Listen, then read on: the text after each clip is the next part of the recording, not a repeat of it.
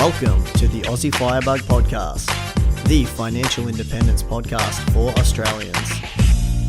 Hi guys, welcome to another episode of the Aussie Firebug Podcast, the financial independence podcast for Australians, where I interview clever people who have already reached or are on their way to financial independence. I invited our guest on today to share his knowledge in a particular investment class that I don't have any experience in. P2P lending, also known as P2P, is the practice of lending money to individuals or businesses through online services that match lenders directly with borrowers. Some of the main players in Australia being Society One and RateSetter. Chris, welcome to the podcast. Hi, thanks for having me. So why don't we just begin? How did you get started with P2P? Well, on my financial independence quest, I was looking for various ways to invest my money with a bit of control over where it was going and hopefully better yields. Yeah, right. And so just on that, you dipped your toes, like you invest in ETFs, is that right? I have one ETF, that's VTS at the moment. Yeah, right. And so you like, were you happy with the performance of that, or were you just seeking a bit more better returns or just something different, or was your experience with the ETFs not what you expected? I didn't really know about ETFs until the last 12 months because wasn't a very savvy investor. I was trying to diversify quite a bit over the last year, 2 years, and that led into various things, including P2P lending. Yeah, right. So can you give us a summary? Like I gave a brief intro about the P2P lending, lending money to the businesses through online services that match lenders directly with borrowers. But how about for someone that's actually done it? I haven't actually done P2P, which is the reason you're on the show. Can you give us a summary of how the whole process works? Well, each platform works a little bit differently, but generally you open an account with the P2P platform. You deposit some money into a holding account, and then you're presented with various options of how you want to invest that money. They all seem to be through personal loans or business loans, and you can either pick your rate that you want to lend at, as the case with RateSetter, or you can actually choose the particular loan and borrower that you want to go with, as the case with MarketLend.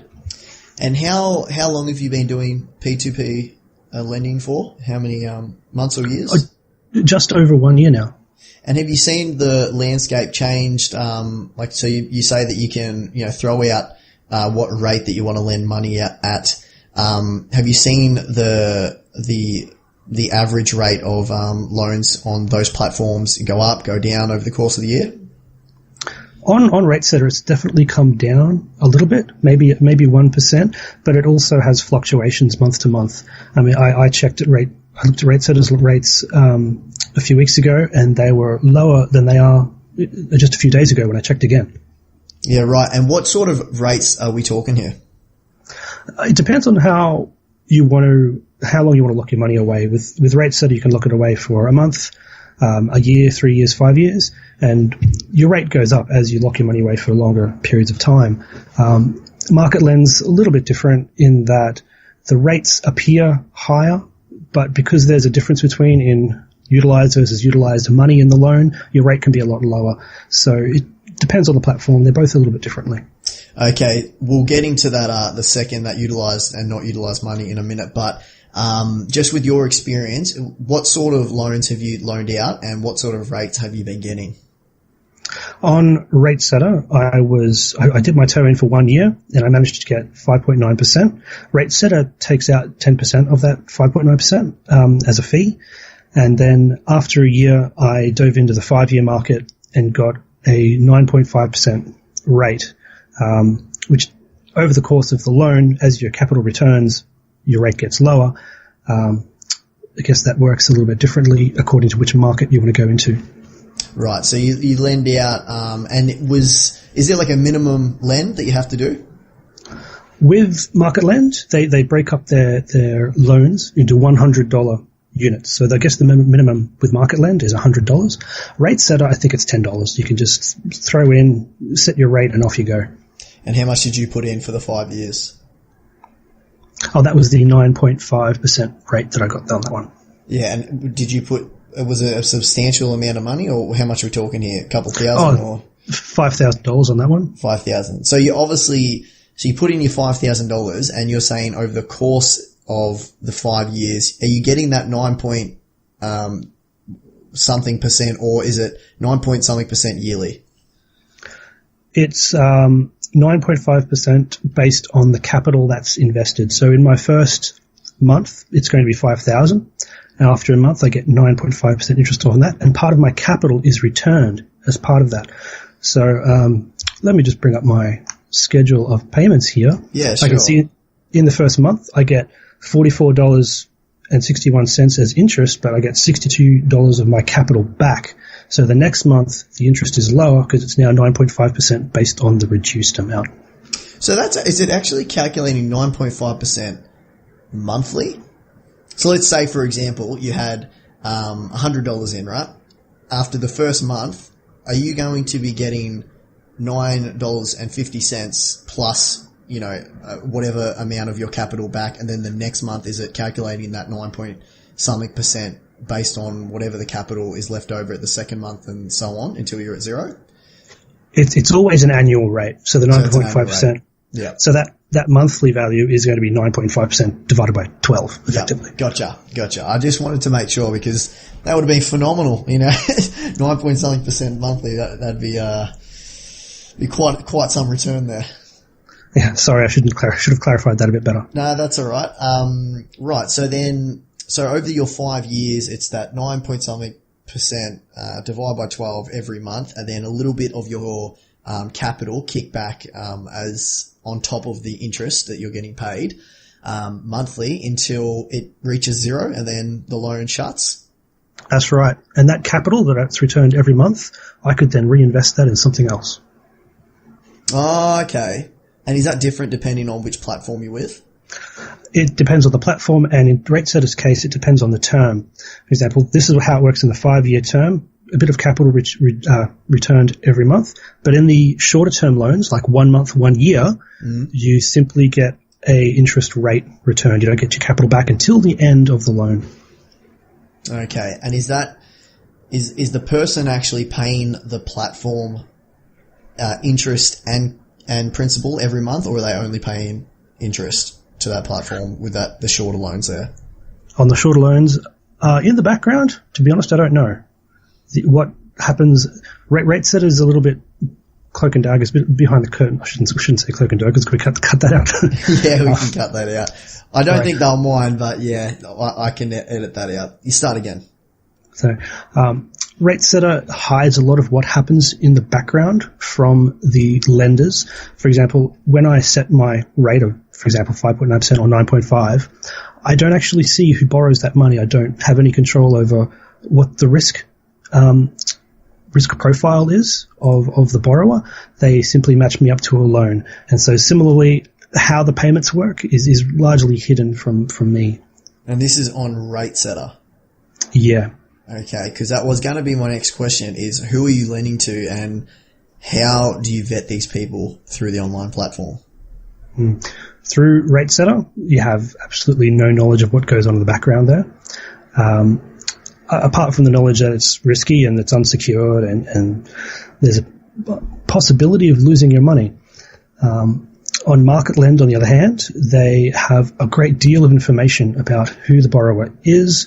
They quite often upload the credit checks that they have on, you can download the PDFs of those, financial statements, cash flow, that kind of thing. And quite often you can see whether it's secured, unsecured, or insured, whether it's a line of credit, whether it's supply chain financing, where MarketLend actually owns the product, so that if anything goes wrong, MarketLend still has that supply chain, what they purchase with the supply chain, to hopefully make back on any losses. And what do you mean with secured and unsecured? I thought all these loans were unsecured. With RateSetter, they're definitely all unsecured. With MarketLend, some of them are secured. MarketLend and the borrower negotiates those terms. The lenders or investors don't have anything to do with that side of things. So do you get less of a rate if it's secured? Generally, yeah. The risk profile, they sort of give you an indication whether it's 97%, which is considered very secure, or 80%, which is considered so-so. Generally, the less risky the loan, the lower the rate that they will allow you to bid on. Which makes sense. And that percentage profile for the borrower, is that made up of a whole bunch of checklists that the borrower has to go through with Market Lend to, reach 100% would obviously, I guess, be the ideal borrower for them, and the lower percentage would be more riskier people? Yeah, I think the highest I've seen, is 97%. When the borrower wants to borrow money through Market Lend, they've got an application process. I'm not really sure what it involves. I haven't been through it myself. Mm-hmm. But based on the credit checks and various forms and cash flow and history of that the borrower has, they derive a risk assessment from that. That's pretty cool. So they actually, they know how much they're earning, can they pay back the loan? Sort of like, I guess it's, similar to a bank when they're approving a loan. Do you know if RateSetter does that, even though you don't see that side of it? Do you know if RateSetter does that as well? I believe they do. They just don't inform the lenders of what the outcomes of that are. I imagine that not everybody who wants to borrow money on RateSetter gets approved to borrow money. Yeah, right. I guess it's a bit like, it takes it out of your hands if you just, you put your money in and then they just give you someone, RateSetter. But I guess, I'm not too sure, but myself personally, I would like to see who I'm lending money to if I was to go through this platform. It would give me a bit more peace of mind. The positive, you get a little bit, sorry, I'll start again. There is a little bit of peace of mind through RateSetter in the sense that they have what's called a provisional fund. So a portion of returns of all these loans in RateSetter get set aside to this provisional fund, which can then be used to make up losses made on the platform. If someone's made a late payment, perhaps they've defaulted, at RateSetter's discretion, they may make up your money from that provisional fund. How often that happens, I don't know. Okay, so it's sort of like a, safeguard sort of, but we're not 100% sure if they actually come through the goods if you were to lose your money. Yeah, it's an uncertain safety net. And you never know how good that was until it happened to you. Sort of like insurance, I guess. Yeah. Okay. So risk is managed by picking the appropriate borrowers with Market Lend, but RateSetter, it's sort of not in your control as much as Market Lend. Is that fair to say? I would say that, yeah. With Market Lend, you could, in my situation with Market Lend, I decided to invest $10,000 and I spread that around many different loans, different rates, to reduce my risk. With RateSetter, it's not as easy to do, but you can do it. You could set a rate and wait till that's matched, and after it's matched, you could put a little bit more money in at the same rate, different rate, wherever you like, and then that can get matched to a different borrower. It's just, again, it's invisible to yourself. Yeah, right. And so what happens and has this ever happened to you, if a borrower misses a payment? That hasn't happened to me yet. But reading the PDS, the product disclosure statement, in RateSetter's case, the provisional fund should be there. But again, how often that happens, if it's happened, I don't know. Yeah, we don't know. Okay, so at least they put something there to ease, to give you peace of mind, but we both don't know, because I'd have to have someone with experience that it actually happened to maybe someone, if you're out there and if you're listening to this, comment on the post or comment on the podcast. If it's happened to you, please let us know, but we're sort of, we're just giving them the benefit of the doubt at the moment because neither of us has gone through it. I guess with that provisional fund, there is, like you said, that safety net. I forgot what I was going to say there. What I was going to ask is does Market Lend, like, what's the go with Market Lend? So, RateSetter has that provisional fund, which we're unsure of how well it would work. Does Market Lend offer anything in their disclosure statement? Yeah, that's what I was going to say, sorry. With that provisional fund, RateSetter does feel like it's slightly safe for investment. As far as I'm aware, Market Lend doesn't have anything like that. Okay, that's so do they have anything in there like frequently asked questions? Because I'm sure, like me, not going through this, that's probably my biggest what if scenario. Like, what happens if someone doesn't pay my money back, or what happens if they default on the loan altogether? Do I just lose the money? Are you guys going to help me out? Are you going to help mitigate that risk? Like, what's stopping that person from taking out a loan and just running away? There is a distinct possibility of you losing your money, and that's what makes these so risky. Okay, and have you spoken to anyone? Have you emailed them about that specifically, or that's just the risk that you're willing to take for the higher rate of return? That was the risk I was willing to take. So, for example, when I was reading through the PDS, I thought, okay, in case of RateSetter, $5,000, that's an appropriate amount of money for me to invest. If I lost that $5,000, it's not going to derail my future financial goals too badly. And the same with Market Lend. Admittedly, I got a little bit braver with Market Lend, but at the same time, because I'm diversified so much over so many different borrowers in Market Lend, for them all to go to default in their loans is incredibly unlikely. I should expect a few losses over time, but those losses aren't enough to derail my future financial plans. Yep. And how much can you diversify? You said $10,000 you put in Market Lend. How many borrowers are we talking here that you've spread out across? I think I spread it across. It's about 15 borrowers, I think. Oh, wow.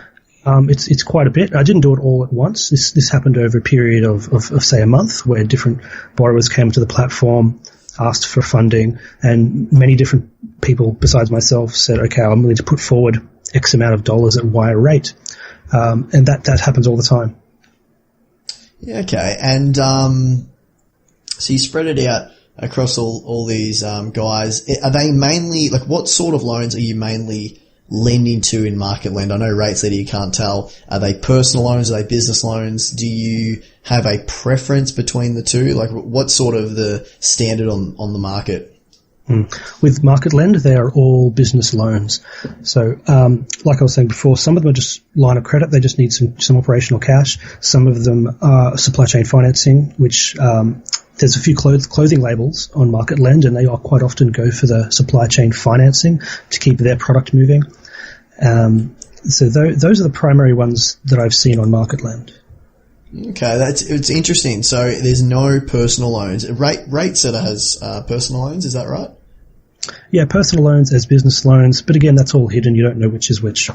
Interesting. Do you know if they've got any plans to make that more transparent? With RateSetter, I really don't know. RateSetter started off as a UK company, and they've had a lot of success over there. I don't see them changing the formula anytime soon. With Market Lend, they did a webinar a few weeks ago, and they essentially told the same story. They don't intend to change the formula anytime soon. They're still sort of in the establishment phase of their business, but they were looking into various options, as any business would. Right, and so they're the only two platforms you've borrowed through, or lended money through? Yes. Is there any plans to extend that? Have you looked at, I know the landscape has changed so dramatically in the last couple of years with P2P lending. I know the other one, Society One, is quite popular on the forums. Any plans or anything that's catching your eye at the moment? I did sign up to Society One's newsletter so that they can actually tell us when they're willing to open up their platform to people like myself who are not sophisticated lenders, as Society One is currently limited to sophisticated lenders with a minimum buy-in of $500,000, I think it was. But there are other peer-to-peer platforms popping up here and there. One of the ones that caught my eye was called BrickX, which I think I've heard of that. Yeah, they buy up properties. They divide the mortgage, for example, into, I think it's 10,000 units, and so you could buy a number of units in these mortgages or properties, and then your returns are based off either rental income or perhaps they end up selling the property and you might get a capital gain. Yeah, right. I'll link that BrickX in the show notes because I have heard of that before as well. And I knew it had something to do with property, but I'll link that in the show notes. So you've been investing through P2P lending for over a year now. Would you say that your experience is positive or negative, and why for either one? It's been positive so far. In that I haven't had any losses, which I should expect to have some losses over the lives of these loans. So, and the rates are quite nice. Obviously those rates come with a lot of risk. So far, it's been a positive experience, and I intend to actually stick with both Market Lend and RateSetter. They work very different ways, but I intend to stick with both. And is this going to? So you're going to continue with this strategy? On the path to financial independence, how much of your portfolio do you attribute to P2P lending, and in the future are you going to give it more of your net worth? Right now, it's about 8% of my net worth is in P2P lending. I think I might stick with that figure, less than 10% as I go forward, as it's the risky investment I have, so I don't think I should stick too much in there. Is the bulk of your money in ETFs? The bulk of my money is in shares like BHP, Telstra, because like I was saying earlier, I only learned about ETFs and how they work relatively recently. Okay. And are you planning to buy more of ETFs, or are you sticking with your current portfolio? In the future, far future probably, I need to do some saving. I might get some of the Vanguard European shares. That's the all world excluding US shares. Oh yeah, the VEU, I think. That's the one. Yeah. Very good. So you would recommend P2P lending to someone? Yeah, give it a go. If you like it, stick with it. You know. And what would be the biggest warning or advice you would give to someone that's thinking about investing their money in P2P lending? I would say start with a small amount first, learn how it works before you start to put more money into it. All your eggs in one basket is never a good idea. Yeah, solid advice. And just before we wrap up, so how has your returns been since you started, since now? Do you get good reporting on the online services, like to give you a quick, overview of like how your money has performed over the lifetime of the loans? What's your return been through peer-to-peer lending, the whole process? With RateSetter, one of the pros of RateSetter is they give you a very predictable returns. They give you a schedule of payments. They say on this day we're going to pay you this much. And so for my 1 year go at it, it was 5.9%, and that's exactly what I got. Market Lend is a little bit less reliable in that this is where it comes down to the utilized and unutilized amount of the loan.